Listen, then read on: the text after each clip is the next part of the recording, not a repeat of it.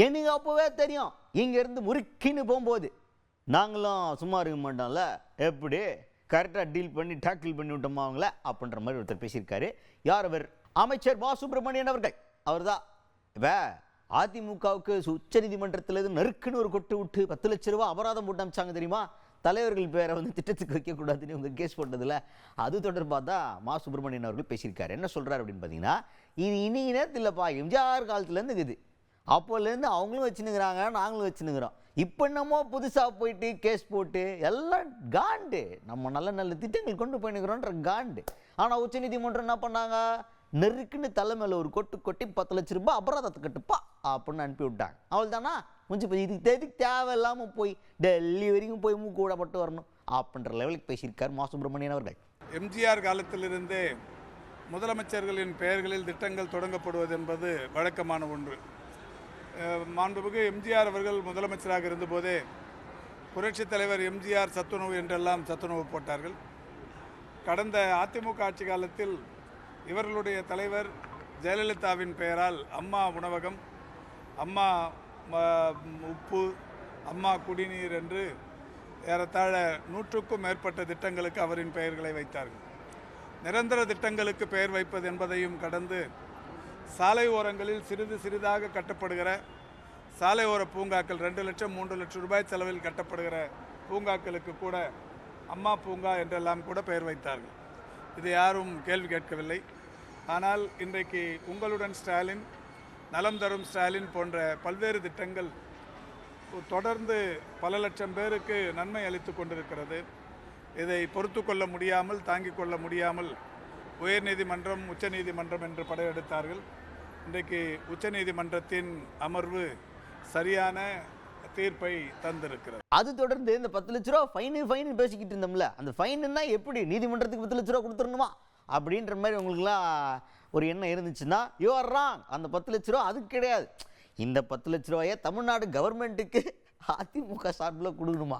அதை தமிழ்நாடு கவர்மெண்ட்டு இவங்க எந்த திட்டத்தில் ஸ்டாலின் ஐயாவோட பேர் இருக்குன்னு கேஸ் போட்டாங்களோ அந்த திட்டத்துக்கு செலவுக்கு பயன்படுத்திக்கணுமா? எப்படி? அதாவது வெந்த புண்ணில் வேலை பாய்ச்சறது இல்லை, இதெல்லாம் பெரிய இரும்பு ராடே பாய்ச்சினா மாதிரி ஆகிப்போச்சு இந்த ஃபைன் அமௌண்ட்டு.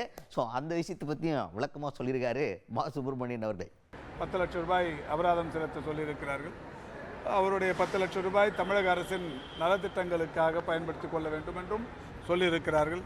எந்த நலத்திட்டங்கள் வேண்டாம் என்று அவர் இன்றைக்கு உச்சநீதிமன்றத்துக்கு சென்றாரோ அவருடைய சொந்த பணத்திலிருந்தே ஒரு 10 லட்சம் ரூபாயின் மூலம் நலத்திட்டத்தை அரசு மேற்கொள்ள வேண்டும் என்கின்ற இந்த உத்தரவு இது போன்ற கொடுமதியாளர்களுக்கு சரியான பதிலடி.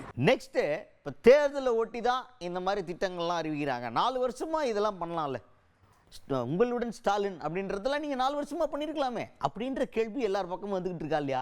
அந்த கேள்வியை நம்ம ஆளுங்க கேட்டாங்க. சார் எல்லாரும் கேட்குறாங்க, சார் ஏன் சார் இதை 4 வருஷமாக பண்ணல, இப்போ மட்டும் புதுசாக திட்டத்தெல்லாம் அறிவிக்கிறீங்களா அப்படின்னு கேட்டோன்னா மா சுப்பிரமணியன் அவர்கள் டென்ஷன் ஆகிட்டார். ஏய் யாரா பார்த்து திட்டம் செய்யலன்றி நீ சொல்லிட்டா? நம்ம ஆட்சி வந்த சில மாதங்கள்லேயே ஆரம்பிச்சோன்னாங்களாம் திட்டம். வீடு தேடி மருத்துவம், இல்லம் தேடி கல்வியை, பாத்தத்தை காப்போம், இதயத்தை காப்போம், ஏகப்பட்ட திட்டம் வச்சுக்கிறோம். எங்காத பார்த்தேன் இப்படி நீ டபாயிரியே நீ அப்படின்ற மாதிரி பெரிய லிஸ்ட்டு ஒன்று போட்டார். இப்போ நமக்கு சொல்ல வரல, ஏன்னா ஐயாவுக்கு கரெக்டான கண்டென்ட்லாம் தெரியும், நமக்கு அப்படி தெரியாதுல்ல. நம்ம அந்த கண்டென்ட்டை கவனிக்கிறது மட்டும்தான். அதை சொல்லையிலே எத்தனை லிஸ்ட் இருக்குதுன்னா இப்போ அவர் சொல்லையில் எத்தனை லிஸ்ட் இருக்கு பாருங்க.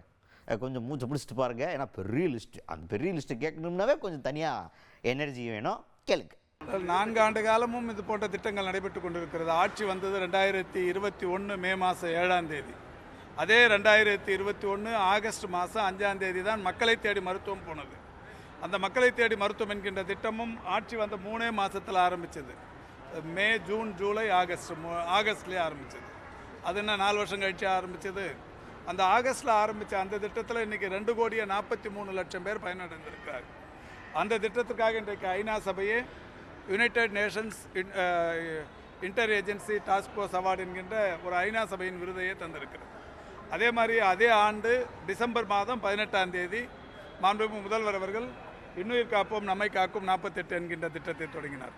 இப்படி ஒவ்வொரு மாதமும் ஒவ்வொரு ஆண்டும் தொடர்ச்சியாக இது போன்ற பல்வேறு திட்டங்கள், இல்லம் தேடி கல்வி, மக்களை தேடி மருத்துவம், இன்னுயிர் காப்போம், அதேபோல் பாதம் பாதுகாப்போம், இதயம் காப்போம், நடப்போம் நலம் பெறுவோம், இது மாதிரியான எல்லா திட்டங்களும் துறைகள் தோறும் தொடர்ச்சியாக நடைபெற்று கொண்டிருக்கிறது. அந்த வகையிலான திட்டங்கள் தான் உங்களுடன் ஸ்டாலினும் வருமுன் காப்போம் என்கின்ற திட்டத்தை மாண்புமிகு முதல்வர் அவர்கள் 2023 சேலத்தில் 2022 சேலத்தில் தொடங்கினாங்க.